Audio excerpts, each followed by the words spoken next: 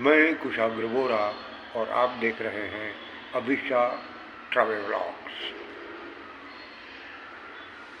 जैसा कि आप जानते हैं, आजकल हम यात्रा वर्णन पर आधारित रस भरी बातें इस उपन्यास का पठन कर रहे हैं, जिसमें मॉरिशस की यात्रा का वर्णन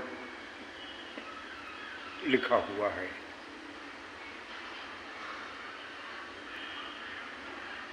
शब्द चित्र क्या होते हैं, यात्रा वर्णन पढ़ने से पता चलता है।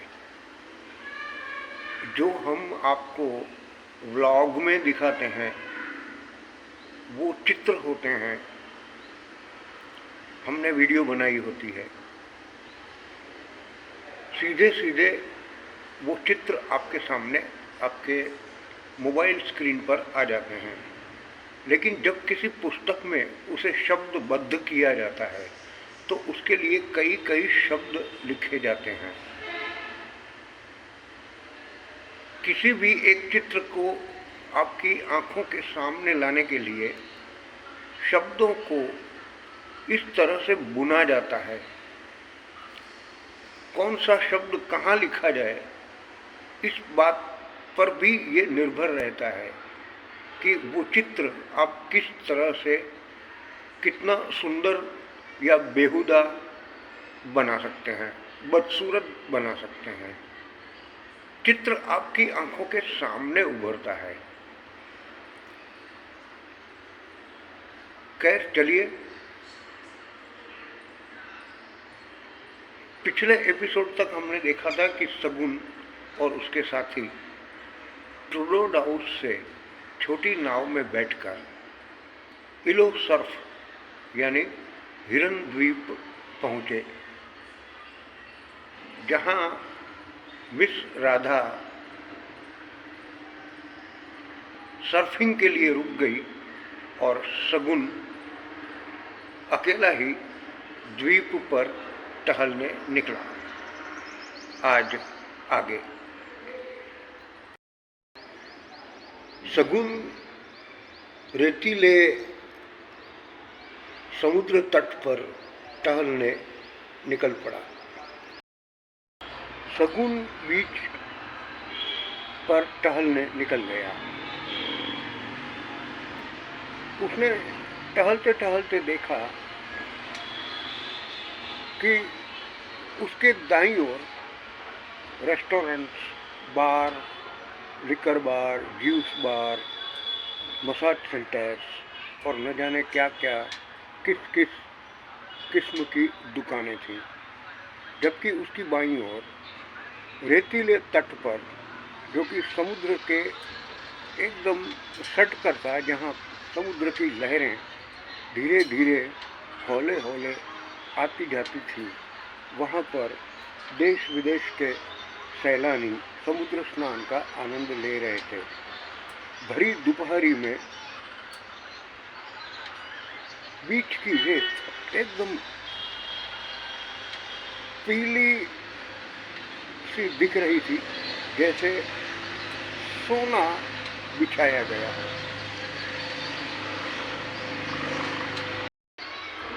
उसने समुद्र तट पर दूर तक निगाह डाली तो समुद्र का पानी हल्के से हरे रंग का उसे दिखा, जो कि एकदम साफ था, और वहाँ समुद्र से तट की ओर आने वाली हवा बहुत ही शीतल थी, और हवा इतनी साफ थी कि 1 किलोमीटर दूर गुजरने वाले जहाज को भी इंसान की आंख देख पाती थी। दोपहर के वक्त सूरज कुछ कुछ मध्य में होने की वजह से समुद्र के ऊपर जब उसकी किरणें गिरती थी तो पूरा समुद्र एकदम चमक चमक सा जाता था, और वो चमक परावर्तित होकर के नीले आसमान पर विहंग विचरण करते ट्रॉपिकल बादलों से टकराकर एक अनोखा सा नीला रंग उत्पन्न करती थी। और यही वो अद्भुत नज़ारा था जिसके लिए इलो सर्फ प्रख्यात है। रंगों का ऐसा मिश्रण परावर्तन के नियमों के आधार पर बन रहा था। हालांकि वैज्ञानिक जो तथ्य हमें देते हैं ये प्रकाश परावर्तन के नियम का, उसे जानने वाले तो उसका आनंद लेते ही हैं, क्योंकि यहाँ परावर्तन समुद्र से आसमान की ओर और फिर आसमान से वापस उसका परावर्तन समुद्र पर होता था। तो इस तरह के परावर्तन की वजह से रंग कुछ अलग ही अद्भुत सा दिख रहा था।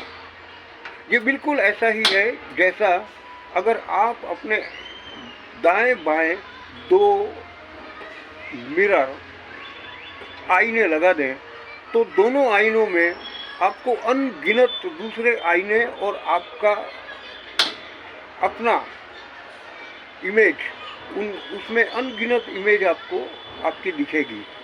ये मल्टीपल जो परावर्तन है, कुछ ऐसा ही परावर्तन उस समुद्र तट पर दिख रहा था।